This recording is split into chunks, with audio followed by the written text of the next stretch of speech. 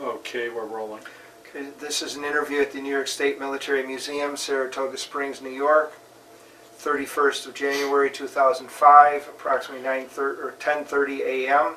Interviewers are Wayne Clark and Mike Russert. Could you give me your full name, date of birth, and place of birth, please? Full name is George Arthur Roods. I was born April 16th, 1945, and I was born in Victory Mills, New York. Okay, what was your educational background prior to entering service? I graduated high school, Saratoga High School. All right. Did you, were you drafted or did you enlist? I enlisted. And you went into the Marines. Why did you select the Marines? Why did you decide to enlist?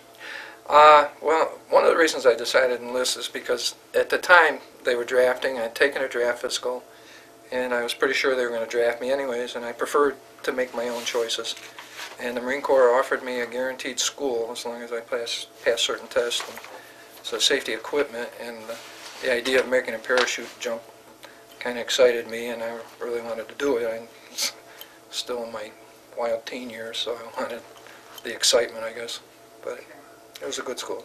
How long were you in the Marines? I was in 4 years active. What were the dates?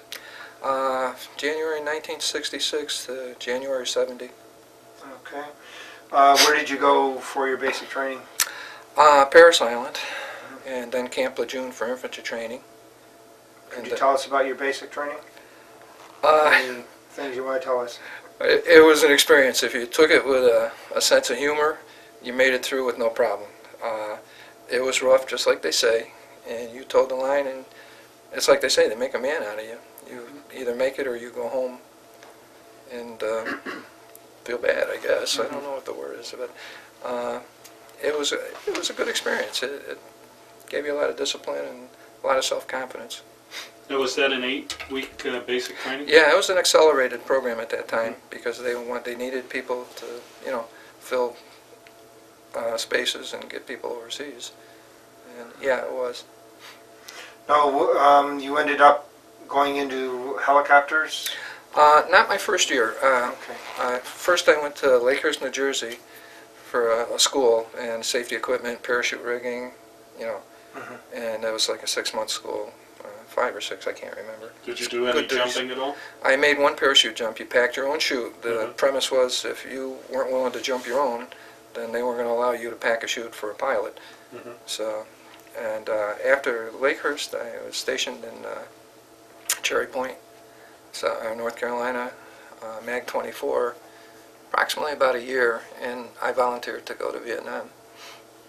And they gave me 30 days leave, and then I think it was September 67 I went to Vietnam. Why did you decide to volunteer to go to Vietnam? I think like every young man at that age, I was like just turning 20, I think. I probably call it naive, but I had a sense of duty to my country too. But I also, you want to test yourself. Do I have what it takes to do it? And just wanted to experience it. Life, I guess is the word, but I kind of had a wild side to me when I was younger too. I think that was some of it too. You put them all together, those were my total reasons for wanting to go. And, in retrospect, how would you rate your training prior to going over? Well, the thing, because I was in fixed wing, and I didn't have any specific orders for any one unit. They didn't assign you until you actually got into the country. So I didn't go through the regular training that they gave you in California. They gave you pre-deployment training.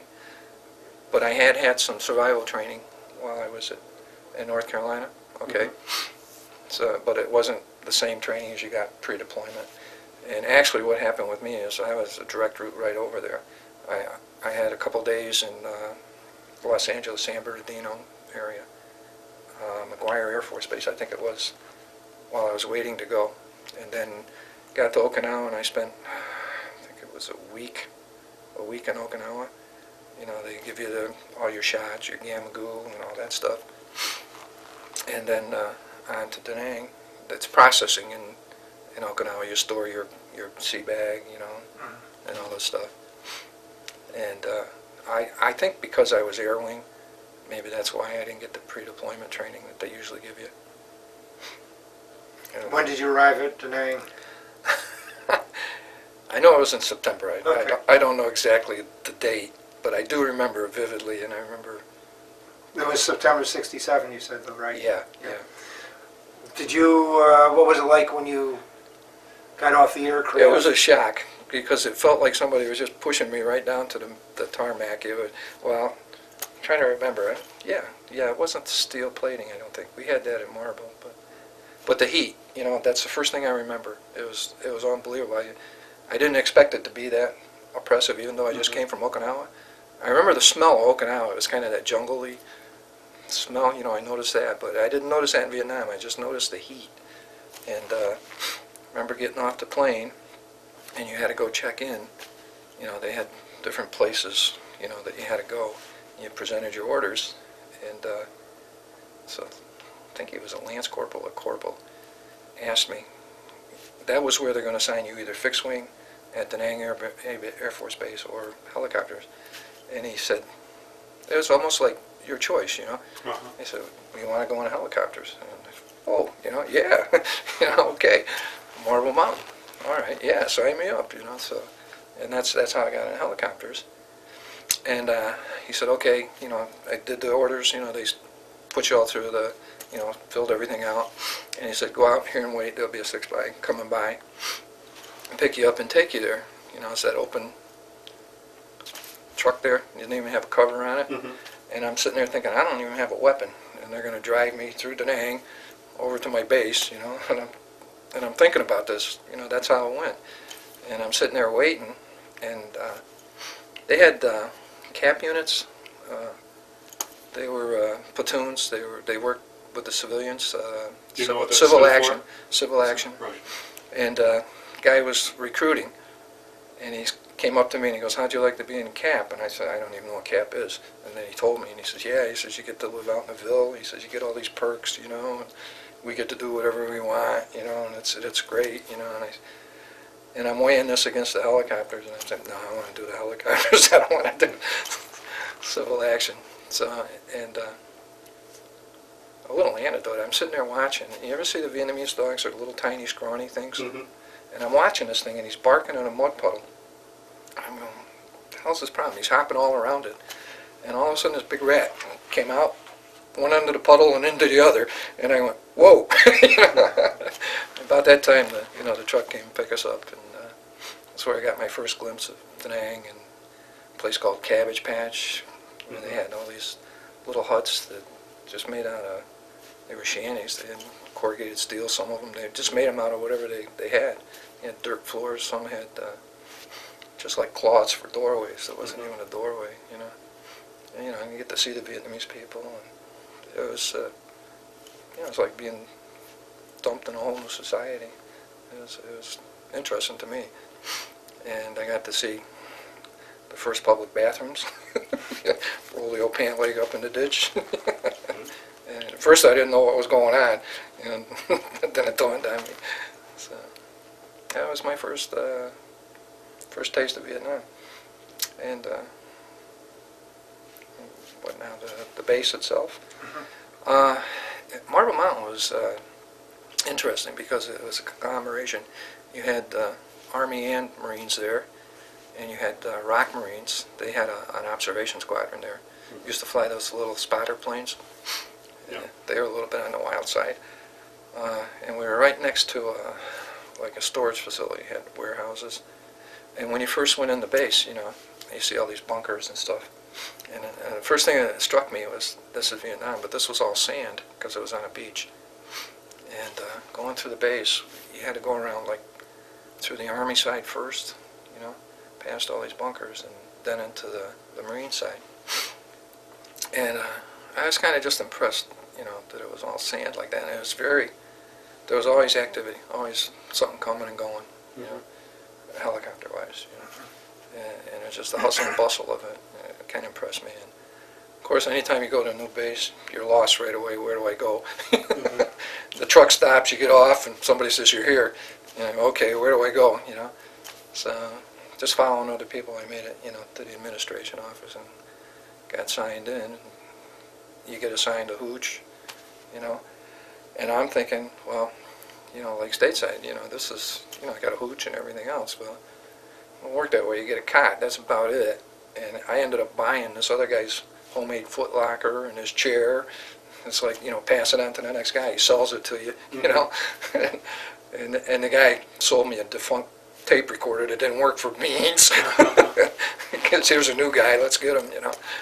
And first impression was pretty good, you know. And you get issued your jungle fatigues and your boots and everything.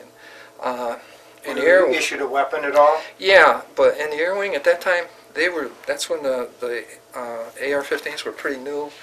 And what they did is they issued them to the grunts, the infantry first. Right. Air wing still had the M14s that we had in boot camp, and that's what they issued us. And we used to take them. That was like your extra weapon when you flew, you know, in case your machine gun broke down. So you had an M14. I mean, we had a lot on the helicopters, but you brought your own personal weapon. You know, it's like a survival almost. And usually you kept it in your hooch, you know, unless you flew or like you were on what they call a ready action platoon. If we got mortared or rocketed, you had to fall out. You served so much time. Everybody had a certain amount of time on ready action. So you would bring your M14, your helmet, and your flak vest and all that. So, yeah, and mine kind of got pretty bad toward the end. I was getting worried when I checked out. For a Marine, you know, it got kind of, you know how the climate was there. Yeah. If you didn't keep up on it, it wasn't good. It's not like nowadays. So. Now, when you started flying, were you flying strictly on Hueys? Or? Yeah. My squadron was Huey's. When I first got there, they called it paraloft, but actually it's safety equipment. We didn't have any parachutes. And there was only one other guy there. He was a sergeant. His name was Jay Bone. He was a good guy. And he was so happy to see me because he could start flying. And I couldn't fly right away. You had to get checked out, and you had to, you know, have a physical. And since I was there, I ran the shop for about the first month while he flew. Then other guys gradually started coming in. And What was your unit assignment? I was in VMO2 as vertical marine observation, but our primary duties, we had multiple. We did inserts and you're talking about my personal or the units? Just The unit, what unit Okay. were you assigned to? VMO2, Marine Observation Squadron 2. And our basic duties were like emergency medevacs in a hot zone. You know, we had what they called slicks. They didn't have any rocket pods or anything like that, just two 60s on the door. And if somebody had to get out of there real fast, they would go in, and they had the, you know, the red crosses on the side and stuff like that. And they'd do a dust off. They'd go in and get them out of there. That was one of our. Strictly, that's what those birds were designated for. I think we had like 2 of them that did that. That's all they did. The other gunships, we flew cover for what they call inserts and extracts. They'd take a platoon out, the 46s and stuff like that, and the 34s, which were leftovers from like Korea, those sort of workhorses. And they would go into a zone, and we would be circling around like a perimeter area, and if they yelled fire, you know, or something like that, we would shoot up the perimeters, the tree lines, or wherever they said the fire was coming from. They'd give us a, you know, coordinate or whatever, and we would go in and give them cover. We also did recon inserts and extracts. We'd cover for them. They would take a squad out, put them on a hill. Sometimes as soon as they touched down, they'd start taking fire. We have to take them out. And we also flew what they call a Sniffer, which was one helicopter was slick. It didn't even have mounted 60s, you know, right on your lap, basically. And they would have a scoop in the front, and they had this machine that I checked out on it, and I'm trying to remember what they call it, a Corona. But it had 2 gauges, and it would indicate 1 or a 2. And what it would do is scoop up the air, and it would be able to tell the amount of ammonia for a human and the smoke.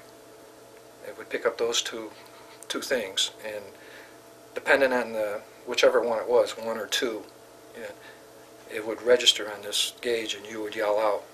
You would be watching the gauge, and the co-pilot would have a map, and they would be flying treetop, and sometimes the skids would be going right through the tops of the trees. It was like it was a hell of a ride. It was exciting. It was like a roller coaster. I mean, you were, whoa, and you would yell it out, and he'd be marking on the map, 1 or 2. And it was like a recon, that's what it was doing. And then they would go back, they would either send somebody in there, or they'd check it out and see what was there. In those missions, it was almost guaranteed you were going to take fire because you were so low. And they would have 2 birds following you. You'd be on the trees, and the other 2 would be up high. And if you took fire, the door gunner would throw a smoke if he could, and the other 2 would come in and be cover for you. And I flew it maybe 3 or 4 times. Most of the time I was a door gunner, but one time I flew it as a guy operating the equipment. I wish I could remember what they call it, but I screwed it up so bad. Before they start the mission, they take you out and fly you over, like a friendly position, like Koreans or Marines or something, and see if you could pick up the ammonia smell. And I remember the pilot flying over this one base. I don't know how many times. I didn't know because I'm watching this, and I'm not calling anything off, and he's getting mad. He's going, "You should have got something." I said, "Didn't get anything." So we had to scrub the mission.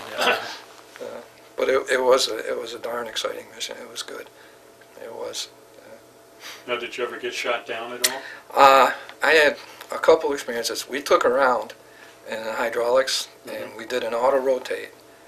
And I can still remember the sinking feeling in your stomach, and you react so fast. It amazed me that you could do it. Because of the training, you had procedures. First thing you're supposed to do is unplug the rocket pods, and strap yourself in. Anything loose, get ready, right? And I remember doing all this stuff, and you had to get ready to drop the pods, And what we did was like a little spiral, and they had this beeper that goes off. It's like a and you're auto-rotating it. We came down, it was a little bit of a jar, but it wasn't anything like what I expected, and we were pretty lucky. And when you went down, you set up a perimeter. First thing I had to do was open the co-pilot's door so he could get out, okay, and then take my M60, and I would go to 9 o'clock, okay, and the crew chief's on the other side, and the pilot and the co-pilot get out, so you're all around it, and we were out of there in no time at all. What it was just a hydraulic leak. That's what it was. Our hydraulics went, and we were able to get down. And my other experience, which scared me more, we had a new pilot. He was training. The pilot was letting him fly, and we were covering an insert, okay? And as you're going around, the 46s would go in, and this was in the mountains, and the 46s would come out in a tight spiral like this, and we're going around like this, and we're looking at the tree lines, and we weren't really watching, the stuff coming out. And all of a sudden, the crew chief yelled, 12 o'clock, and he looks up, and you see this big wheel from the 46. And when that happened, the co-pilot just let go of the stick. He let go of it, and I'm thinking we're dead, because we weren't up that high, and the bird's on its side, and I'm looking at the trees. And the pilot grabbed it. I don't know how he did it, but he pulled us out at the last second, straightened it out. And I remember all of us just turning and looking at each other going, like this, And the same thing, even though you think you're dead, you still do the things you got to do. You unplug it, you buckle it up, you get everything ready, and all you're thinking is, and this happens like maybe a couple seconds. I don't know how long that was. Maybe 5-10 seconds, really.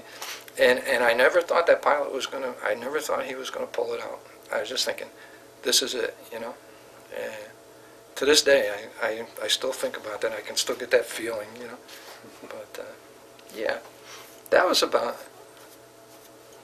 my only other close call. And I'm sure everybody had this. You probably had it too. And most of the time, you probably didn't know. It's the luck of the assignment, And we had a guy that was wounded, got shot in the arms, okay, and he was sent home, and he had an R&R in the books, and I'd already had one R&R to Thailand. This one was to Malaysia, and what they did is they were going around the hangar, all the shops, and they were asking who wanted to take an R&R. And the guy before our shop, he wanted to go, but he didn't have any money in the books. You saved your money from week to week, and I had some money saved, and I was scheduled to fly the next day on what they call a skunk hunt. It's a free kill zone. They go out the Vietnamese were told nobody's supposed to be in this area. If you're there, you're considered, PC. They all knew they weren't supposed to be there. And I hadn't been on one yet, and I was all excited about going because the young pilots usually flew those, and they were the ones that really, took the chances and really gave you a ride for your money. And I was scheduled to fly with a lieutenant who was in charge of my shop. And I liked him. We were good friends, and he liked me, And it was always fun to fly with this guy. But when the R&R came around, I kept thinking, well, Malaysia, party. So I was just going back and forth with it, and the guy said, you got to make up your mind. He says, I can't be here all day. And I said, okay, put me down. So the next day, I was in the flight shack, and when you went on R&R, you usually took one of the slicks that they flew the generals around in, take one of those to Da Nang, and then you catch your flight out of there. So I was waiting in the ready room, flight shack, and the guy that took my place on that, his name was Joseph Zutterman. He was a sergeant. Young guy, he's a good guy. He worked in the records, S2 I think they called it. And he said, I got your flight. And he goes, thanks a lot, we're kidding each other and all that, And I went on my R&R, and when I come back, everybody in that had been killed. They got shot down. They were all dead. And years later, I didn't think about it much at that time because your mentality, it's, you're young, you go, okay, that's, But years later, I got thinking about it. And it's just, what if I had said, yeah, I wanted to go, And I never got in touch with his family. They never found him. They never brought him back. He's still over there. And I thought about it, but I never did. So, and it's just, it's fate. Could have gone either way, I guess. Now, did you ever get involved with the maintenance end? I mean, did you help the crew chief at all? Or? Yeah, that was part of your duty. You had to go out and load the bird up. You had to wash the windows. You had to clean up the brass afterwards. You had to make sure the M79 had its rounds, the ammo boxes under the seats. You had to help load the rockets. You had to know how to set in the back of the rocket pods, they used to have a little switch. And wasn't me, it was another guy. You could set it for single fire or you could set it for ripple. And this guy had screwed up and set it on ripple. So you can imagine what happened. First time the pilot went in on a gun run, he rippled off that left pod. He was mad. He was mad. Oh, God. But stuff like that happened. And we had guys, a lot of funny things happened too. Like, there was one guy in avionics, did not want to fly, and the master sergeant in charge of his shop just kept on him, kept pounding on him until he finally, went through all the stuff and started flying. And his first flight, on a Huey, our gun runs, your duty as a gunner was to cover, actually just to cover the back of the bird as it was coming out of the gun run, because you take fire from behind, You really weren't supposed to fire going in, but we always did. But they would kind of do like this. They would go up in the air and then do like a bank and then swoop down and then up like that. It's like a roller coaster. And when it did it, this guy got sick and he threw up in his ammo can. And I don't know how he did it. I don't know if his gun mount broke or what. But anyways, he ended up putting it around right in the back of the bird. And one you could see on the rotor where it squiggled down the rotor. And that was the last time he flew. He never flew again. And the only dumb thing I ever did was I didn't check the co-pilots. When the co-pilot got in, the pilots had armor. We used to have these big armor vests that they supposedly stop a .50 caliber. They call them chicken plates. Yeah, well, what we used to do was sit on them, because the only place you didn't want to get shot was, so we sit on them. But the pilots had armor in their seats, and when they got in, you had to slide like there's a little door, you slide it forward, after he got all buckled in, and then you close his door and make sure it's, secured, right? And we get up there, and we're up there about 1,500 feet. All of a sudden, his door's swinging open. so the pilot says to me, he said, get out there and close it. So I had to go out on the runner, but we had the safety belts, so I wasn't too worried. But it did look down, and I got thinking about it. Out here, just close that door, and that was the last time I did that too. I always made sure it was closed after that. And there was another time too. We had a warhead came off one of the rockets on my side, and it was just like flopping like this. So I told the pilot, And we landed at a supply base, what do they call it? Is it Ham Salad Charlie or something like that? I can't remember, but it was a supply place. You know, it had all the crates around and everything. So when we landed, he said, take it off and go give it to the ordnance sergeant over there. So this guy's sitting on one of the crates, and there's a couple guys around him. And here I come with the warhead, and as I'm walking over, these other two guys, they just kind of spread out like this.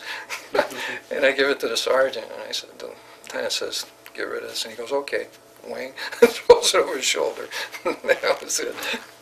I guess they didn't arm. You know, I'm not 100% sure. They had to travel just so far or something before they armed. And if it isn't really tightened down, it doesn't, you know. So. Now you said one of the things that left greatest impression on you were your Medevac missions. Yeah, we picked up a couple, and that's when everything got serious. Nobody got. One time I had to tell a guy, we went into a zone, and they'd been taking fire. It was a recon, I think. But that was the scariest time, because you really thought something might happen. And we were picking up a guy. I guess one guy had bad feet. I think he had the jungle rot. The other guy had some shrapnel from a booby trap. And we picked up two, and we were a gunship, and we were in a slick. And we got him in there and tried to lift him. We couldn't get off. So the pilot told me, he says, you got to tell the guy he's got to wait. You know, he's got to get off. So I'm yelling at him. This guy didn't want to get off, you know. And I felt really bad, you know. Finally, I had to yell at him, you know, you got to get your ass off of here. And I tried to tell him, you know, next one in will get you. And the look on his face, you know, having to get off after he figures I'm out of here, you know. Mm-hmm. And we picked one kid up one time, and I'm pretty sure he didn't make it. There's a hospital in Da Nang. Charlie Med, that's what they call it. But we picked this kid up, and we all knew, you know, pulled him in there, had the IV and everything, laid him down on the floor, and he was like ash gray. And you could see the shrapnel just walked up. He had a little piece hanging out here. And he was the first real bad one I looked at, you know. And your first impression, you go, ooh, you know. And we thought, no way, you know. And we were going just above the patties trying to get him back there as fast as we could. And when we took him off, we were pretty sure he was about done then, you know. And that makes you feel bad. Mm-hmm. So I enjoyed the other types of missions better. You know, it's nice to bring somebody out. You know, you didn't want to see that. Now, for someone that's watching this tape sometime, what's the difference between a gunship and a slick? Slicks were used mostly to transport VIPs. You know, we used to have to cart around this Korean general all the time. He liked to get up there and look at his tanks and his troops, you know, and stuff like that. And they also used them, we did some aerial photography. And basically, they would take a slick for that. We had some Army photographers. They used to go out in an area called Huey, and they'd go out and check it every once in a while, take photographs, and you just carry a regular M60 with you on your lap, and that was it. A regular slick that was just carrying a general or something, sometimes they didn't have anything. They just, you know, they didn't go that long. The gunship now would have, you had two M60s mounted on each side, you know, on the like they were like poles with your cans. Those were the gunners, and then you had two fixed ones on each side. So you had a total of 3 M60s on each side, and then you had 2 rocket pods. They had capability. I think we used to carry 8 rockets. Some were smoke, some were HE. Can't remember what. I think there's only a couple smoke. Most of them were HE. Mm-hmm. But I think they had the capability, each pod, of carrying like 16. Pretty sure. And then some of the gunships, not all of them, had what they call a Tet in the front and had 2 60s. But they weren't that reliable. So they jam a lot. I guess they had a lot of problems with them. And the co-pilot, usually, he's the one that fired that, you know. And then in the helicopter, we all had our own personal weapons. Used to carry a Smith & Wesson 38, plus my M14, plus we had an M79, plus we had smokes, you know, to mark a zone, plus some regular frags. And pilots, they were the cowboys. They'd carry anything you could think of, from grease guns to, you know, 45s to Thompson, you know, whatever they had, whatever they wanted, you know. And I can remember one of the co-pilots firing an M79 on one of these, you know, shoot-em-ups, you know, out the window. We used to, they'd want you to set the hooches on fire sometimes, you know, that they thought were being used, you know, destroy them. So some of the crew chiefs would take in like a 200-round belt, and it'd be all tracers, you know, nothing in between. Did you have much contact with the Vietnamese people? Only on the base. We used to have them in the mess hall, and I had mess duty for a while. And we had one little guy we called Joe. He was a good guy. We used to have a lot of fun with him. He'd get around with him and everything. And they had women working there.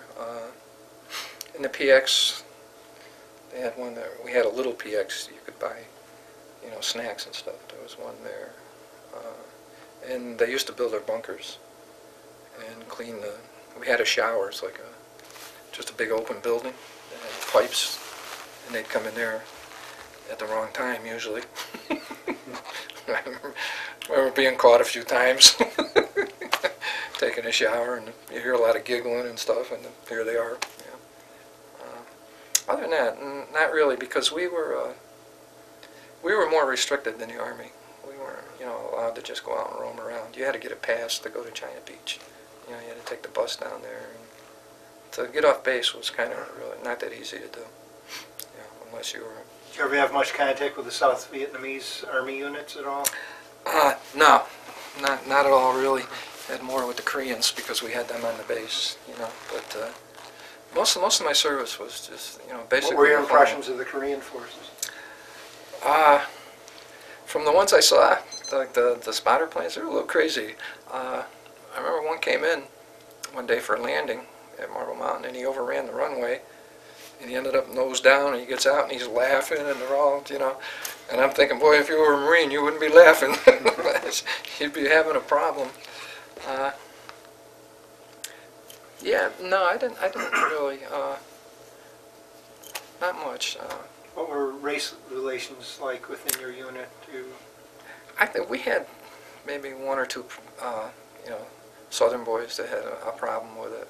One of the sergeants in my shop was black, and he had some problems, you know, with those guys. That's all I remember. I don't think it was all that bad, though. You know, not terrible. Now, you were there during Tet. Could you talk about that a little bit? Yeah, that was kind of surreal. We were kind of the pampered. I mean, when we weren't flying, I mean, I have to say we had it pretty easy. We actually had an outdoor movie on the beach, and this is one of the most bizarre things I can think of. I remember watching Cool Hand Luke. We used to take we had our lawn chairs, you know, the beach chairs. We'd go over there and set them in the sand, you know, and we'd have our snacks and stuff, and the movie come on. We're watching Cool Hand Luke, and Marble Mountain was to the south of the base, I think, yeah, south. There was a prisoner of war camp between us and the mountain, and you could see the mountain. There was a monastery on there, and the VC had overrun it. And on top of that mountain, there was a 105 and a 155, and they blew the 155 up, I think. And we were scared to death they were going to turn the 105 on us. And we're watching the movie, and they had Puff, you know, what was it, C-47 with the gas? C-47. Yeah, circling it, and they had Cobras, and they had Hueys, and they were trying to get them up. It was awesome. They were just blowing the hell out of that place. And we're sitting there watching Cool Hand Luke, and we're watching the tracers go into the mountains, and we're watching the rockets, and it was just, it was unbelievable, you know. And I can't remember how long it took him to get them off of that. We were getting hit pretty often. We were getting rocketed and motored pretty often during Tet, you know. We got it a lot. And I remember going across the Da Nang Bridge. On the other side of the bridge, there was a Vietnamese Army base. That's all I can remember. But as we're going into Da Nang on the left side, they had a whole row of bodies. They had like 20 bodies. I guess they pulled them out of the river. It was in one of the magazines. They had a picture of it. And I don't know if it was Life or something like that. I remember seeing them all strung out there. That was during Tet. They said the bodies were floating down there pretty good, you know. We were up all night. You know, we always had birds up during Tet.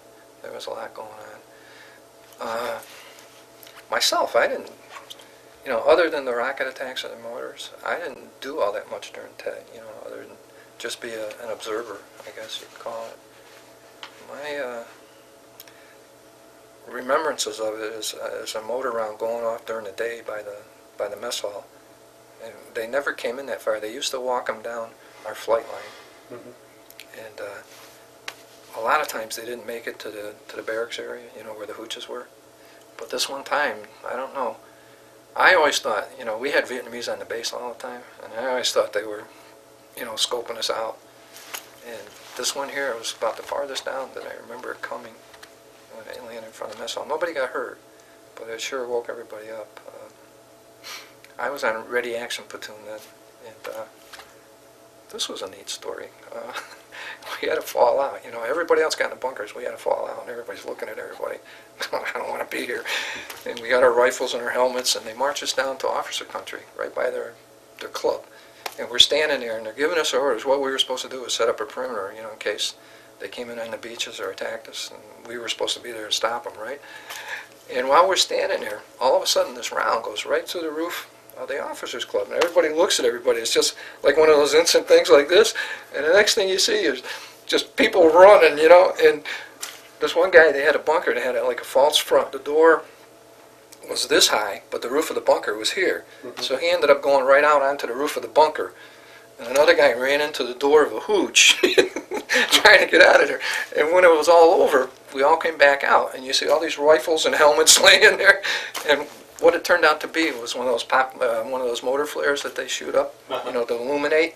It was a dud, and it didn't. The parachute never opened. So what happened is the round went through the officers' club. So it wasn't a regular motor or rocket. It was just one of these flare things, and nobody wanted to say anything about it later on. You know, and the lieutenant in charge, he was one of the ones that ran too. So it never really got a lot of notoriety.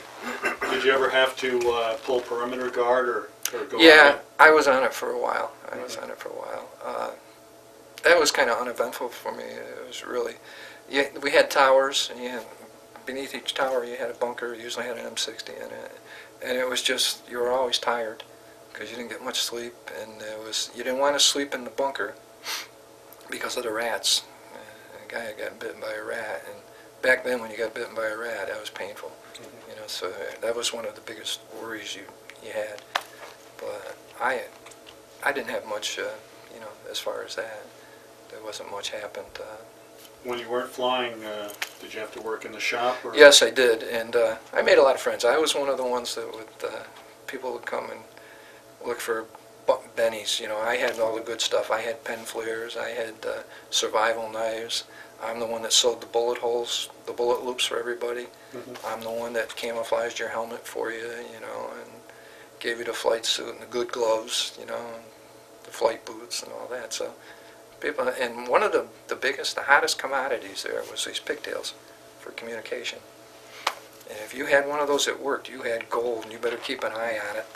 And we had control of them too. So I always had a good one, you know. But eventually they would break. They were just poorly made. But if you had a good one, you could trade that for almost anything you wanted. That's interesting too. When we used to fly, we would go, whenever you had a mission, like especially recon, we would go to the recon base, and we would land. The pilots would go up and get their briefing, and that gave us a chance to talk to the recon guys, you know, just the regular guys. And they always wanted to trade, and I would always bring an extra survival knife or some pen flares, and I traded a survival knife for a beautiful sleeping bag liner. This thing was like, you know, gossamer. It was real light and warm. It was great, you know. And they were more than any time you had a survival knife or anything like that, these guys, they wanted you could get anything. We get long-range C rations, you know, all the good stuff, you know. So you always bought stuff to trade with, you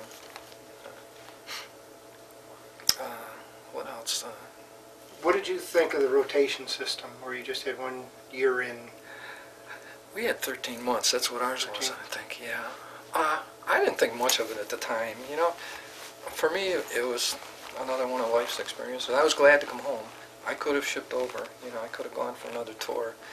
But toward the end, I think, is when reality started setting in. Hey, you can die, you know, especially after that incident with Zutterman, you know, and the lieutenant in my shop. I was really angry when he got killed because he was a great guy.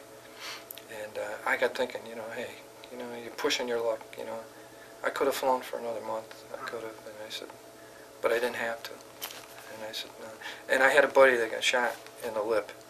He was a crew chief. He was, I got a clipping of it at home. I should have brought it. But I remember the day he came in with all his flight gear. He was a crew chief, but after that he didn't have to fly anymore. He was a short timer too.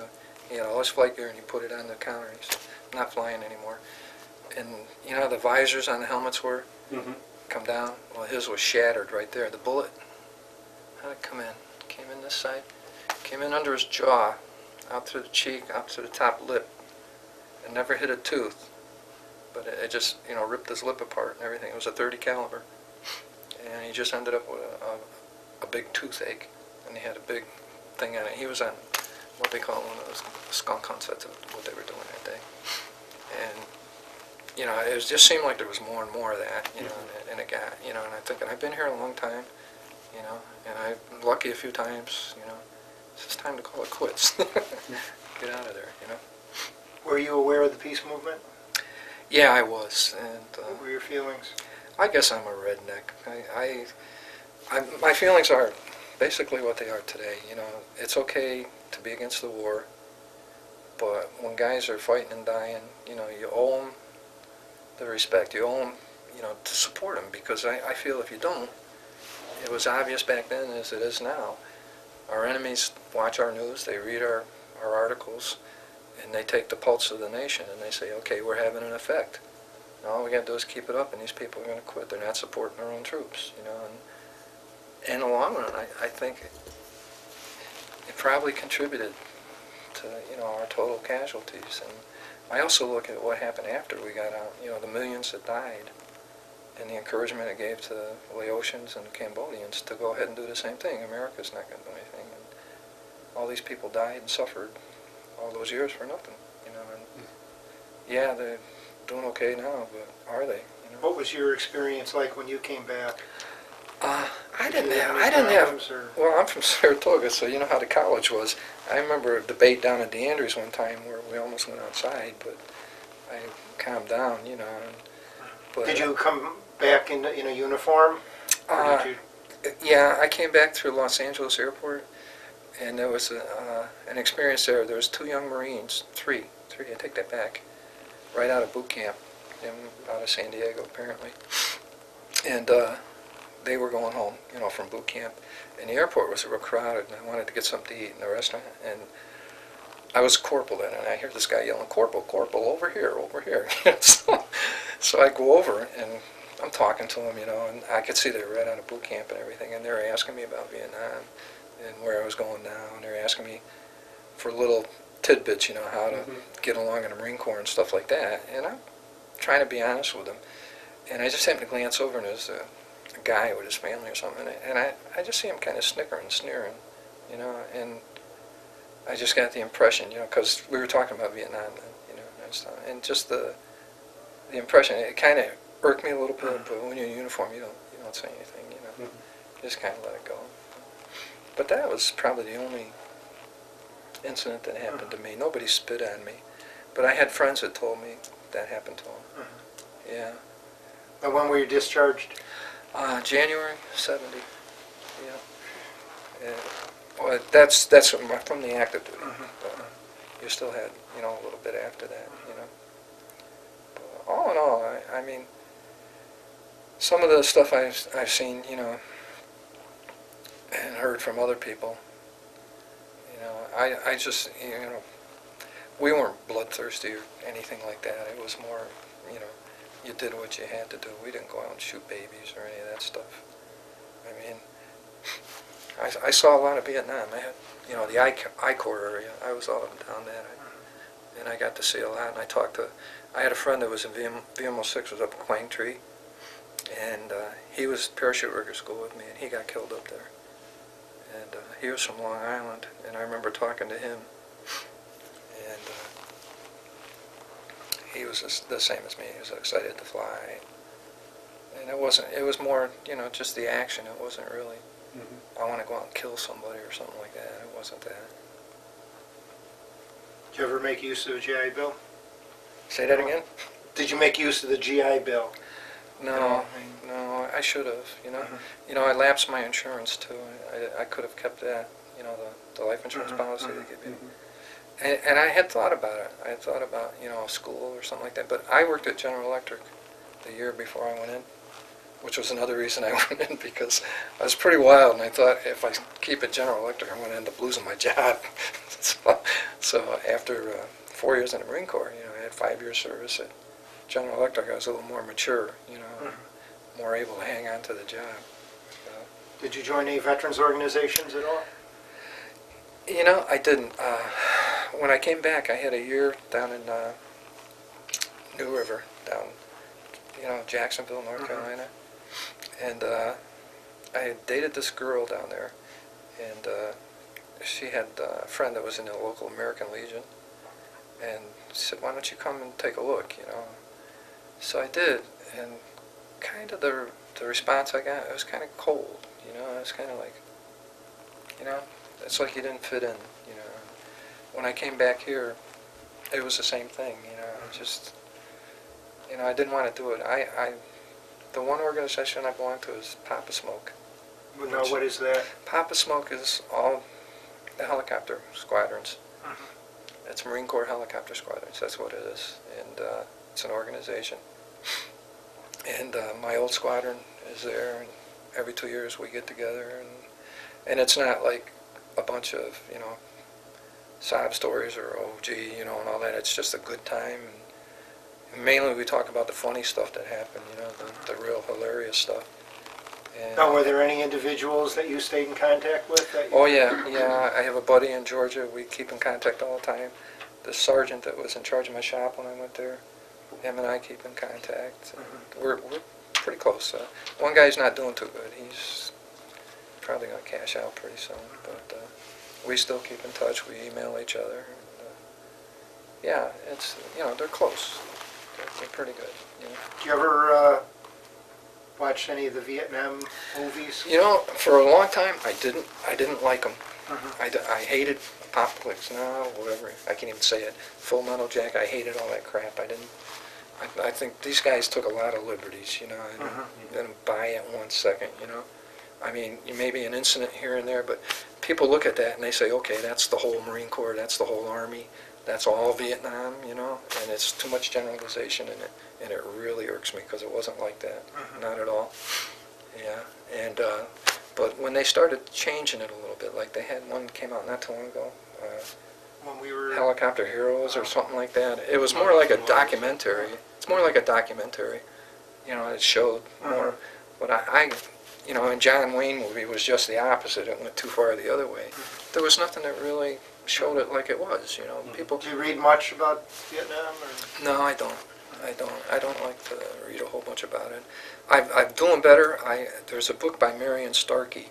He was a Marine up around Quang Tri. They were up around there. Where was it? What ridge was that? Up north. Almost to the DMZ. I'm trying to remember. It was a hell of a story. If you ever get a chance to read it, these guys were unbelievable. What they did, I mean, they paid a price. But you want to read something about real heroes and read that book. That'll shock you. And Quezon in that area. These guys really had I can't imagine what they went through to do that stuff. But it's a good book.